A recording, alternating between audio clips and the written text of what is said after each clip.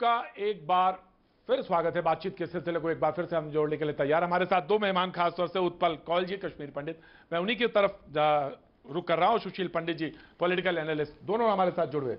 सुशील पंडित जी, मैं आपके पास आता हूं क्योंकि कुछ सवाल लोन साहब ने पूछे हैं, जरूर आपको जवाब देने चाहिए। मैंने जहां तक था वो दिए, लेकिन आपको जरूर जवाब देने चाहिए। उत्पल कौल साहब, मैं सबसे पहले आपके पास आता हूं और एक जवाब मैं आपसे जानना चाहता हूं जो कि दिग्विजय सिंह जी ने कहे। उन्होंने कहा कि स्थितियां तो बेहतर थी, राजा के समय में बिल्कुल स्थितियां बेहतर थी और वहां पे तो कश्मीरी पंडितों को जॉब भी जो थे सिक्योर थे, तो कोई दिक्कतें नहीं थी और वो सारी चीजें जो थी वो बेहतर थी। तो इसका जवाब आपको जरूर देना चाहिए। और सुशील पंडित जी, मैं इसके बाद आपके पास आता हूं। जी, उत्पल कौल जब। प्रतीक जी, मैं सबसे पहले आपसे आपके माध्यम से पूरे देश को बताना चाहता हूं कि दिग्विजय सिंह जी ने जो कुछ बातें आज कही क्लब हाउस चैट में, वी टोटली रिजेक्ट दैट। हम इसका पूरा विरोध कर रहे हैं और उनकी बात से हम बिल्कुल सहमत नहीं हैं। ये झूठ का पुलंदा है। मैं आपको बताना चाहता हूं कि धारा 370 और 35A पूरे हिंद महासागर में डूब गया है और दुनिया की कोई भी ताकत उसको वापस नहीं ला सकती है। ये एक सियासी पैंतरा डाला है इसने, दिग्विजय सिंह ने, और हम इसकी भर्त्सना करते हैं और इसको उत्पल साहब क्यों डाला होगा? उत्पल साहब, मैं जानना चाहता हूं क्यों डाला होगा? उत्पल साहब क्यों डाला होगा? उत्पल साहब क्यों डाला होगा? यही तो सवाल है, क्यों डाला होगा? क्या रीजन क्या है? इससे पहले मैं एक और बात आपसे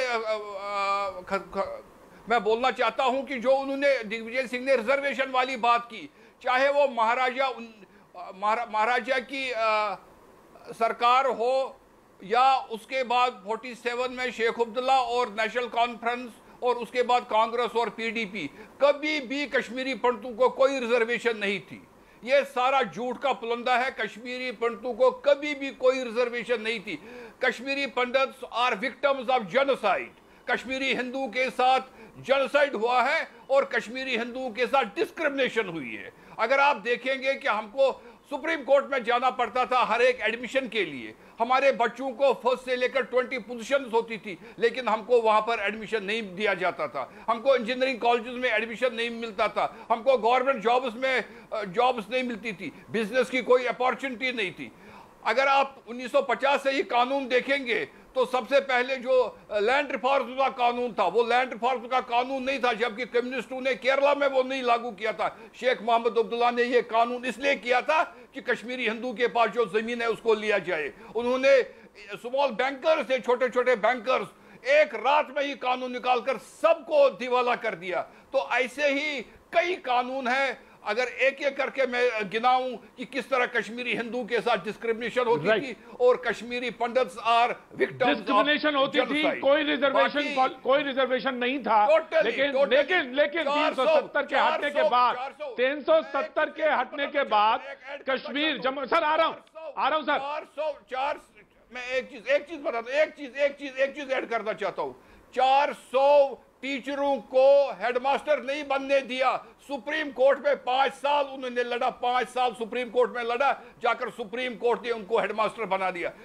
इसलिए हर एक मुद्दे पर, हर एक कदम कदम पर कश्मीरी पंडित पर बहुत ही एक किस्म का अत्याचार था, जेनोसाइड था। और ये इंसानियत की बात कर रहा है दिग्विजय सिंह, इंसानियत की बात कर रहा है। दिग्विजय सिंह बात कर रहा है कि वहां पर इंसानियत थी और कश्मीरियत थी। ये कौन सा नया वर्ड निकला है? कश्मीरियत। कश्मीरियत वर्ड नया निकला है कि जेनोसाइड को, जो आतंकवाद है, 450 मंदिरों को तबाह कर दिया, 10,000 हिंदू घरों को जला दिया, हजारों हिंदुओं को मौत के घाट उतार दिया। क्या वही कश्मीरियत है? क्या वही इंसानियत है? न कोई इंसानियत रही वहां पर सिर्फ आतंकवाद है। और ये आतंकवाद को पाकिस्तान को खुश करना चाहते हैं। लोन साहब, इसका जवाब है? करना चाहते हैं। लोन साहब, इसका जवाब है? जब आप कह रहे थे 370, राइट, कौन साहब, I have taken your point. अपनी सियासत चला सके। कौन साहब, राइट, कौन साहब, I have taken your point, I have taken your point. Loan साहब, इसका जवाब है रिजर्वेशन नहीं था, लेकिन 370 हटने के बाद रिजर्वेशन अल्पसंख्यकों को मिला, अल्पसंख्यकों को मिला रिजर्वेशन। बताना चाहता हूं, आप सुनिए मेरी बात, आप सुनिए बात मेरी, आप जो फैसला करेंगे वही सही, लेकिन आप बात मेरी सुनिए। मैं भी इस गोली का इस जो कन्फ्लिक्ट यहाँ पर है 30 साल से, मेरे पिताजी मैंने भी उनको खोया है। अगर आप भारत सरकार के ही आंकड़े माने कि जितने लोग मारे गए हैं, बदकिस्मती से कुछ मेरे उसमें पंडित भाई भी मारे गए, लेकिन जो मेजॉरिटी है उनमें से वो मुस्लिम समुदाय से भी थे। तो ये कहना कि ये जेनोसाइड है, मैं भी इसका विक्टिम हूँ, पंडित जी भी इसके विक्टिम हैं, तो सबसे पहले ये बहुत बड़ा झूठ बोलते हैं कि जेनोसाइड है। दूसरी बात, ये सब लोग इसके शिकार है, मानवता का कत्ल है, ये गंदी राजनीति है। कश्मीर को अगर हम सुलझाएंगे, यहाँ पर सब सामान्य होगा और इस बात को हमें मानना होगा। कश्मीर एक समस्या, और हम मानते हैं टेबल पे बातचीत से एक हल लाया जाए जो हिंदुस्तान को कबूल हो, जो पाकिस्तान को कबूल हो, जम्मू कश्मीर के अवाम को कबूल हो। और हम ये चाहते थे राइट सुशील पंडित जी राइट सर, मैं आ रहा हूं लोन साहब। सुशील पंडित जी बहुत देर से वेट कर रहे हैं, माफी चाहूंगा सुशील पंडित जी, माफी चाहूंगा। राइट, ये कहते थे शांति होगी, आपने देखा राइट सर, में खून बहा, कोई तब्दीली नहीं हुई। ये कहते थे कुछ राजनीतिक लोगों ने भ्रष्टाचार किया, उसका राइट सर, लोन साहब आ रहा हूं। ऋषि नो उनके खिलाफ राइट सर कर सकते थे। सर दूसरे को बोलने दीजिए, जानना चाहता हूं सर दूसरे को क्या किया आपने उन राजनीतिक लोगों के खिलाफ? कितने लोग जेल में गए, कितने लोगों के खिलाफ आपने भ्रष्टाचार में कार्रवाई की? मैं आपसे जानना चाहता हूं। इस बयान का विरोध करता हूं मैं। ठीक, जवाब अच्छा है। ऋषि का ऑडियो डाउन, नहीं ऋषि का audio down, Rishi audio down. This is not the way, ये तरीका नहीं है। वो पिछले 40 मिनट से बैठे हैं, वेट कर ले, दूसरे को बोलने का मौका दीजिए ना। क्या अपनी बात रखेंगे? सुशील पंडित जी, लोन साहब ने कुछ सवाल उठाए, उन्होंने कहा जेनोसाइड नहीं था, हमने भी खोया है और हमारे लोग जो है बराबर खोए हुए हैं। कॉन्स्टिट्यूशन पे उन्होंने एक सवाल कहा, उन्होंने कहा कि जो आपने जिसको लागू किया, जो हटाया, एक्चुअली में 370 जो हटाया, वो तरीका गलत था, तरीके पे उन्होंने सवाल उठाया। और उन्होंने कहा कि हमारी असेंबली से अप्रूवल नहीं था, हमको पूछा जाना चाहिए था, उस पर यह सवाल उठाया। दोनों सवाल, जेनोसाइड नहीं था, हमारे दोनों लोग बराबर गए, यानी कश्मीरी पंडित मर रहे थे तो वहां का जो बाशिंदा है वो भी मर रहा था, यानी जो मुस्लिम है वो भी मर रहा था। इस तरह से उन्होंने बात कही। सुशील पंडित जी। जी प्रतीक जी, बहुत बहुत धन्यवाद मुझे अपने शो में शामिल करने के लिए। इरफान भाई जब भी मुझसे मिलते हैं बहुत प्यार से, बहुत इज्जत से पेश आते हैं, मैं भी उनका बहुत एहतराम करता हूं। लेकिन एक वकील होने के नाते मुझे उनसे तवक्को थी कि वो सच के साथ कंजूसी नहीं करेंगे। उनका अपना एक बयानिया है, अपना कहने का तरीका है, लेकिन मैं जरा साफ कर दूं, कुछ फंडामेंटल बातें हैं, कुछ बेसिक्स हैं।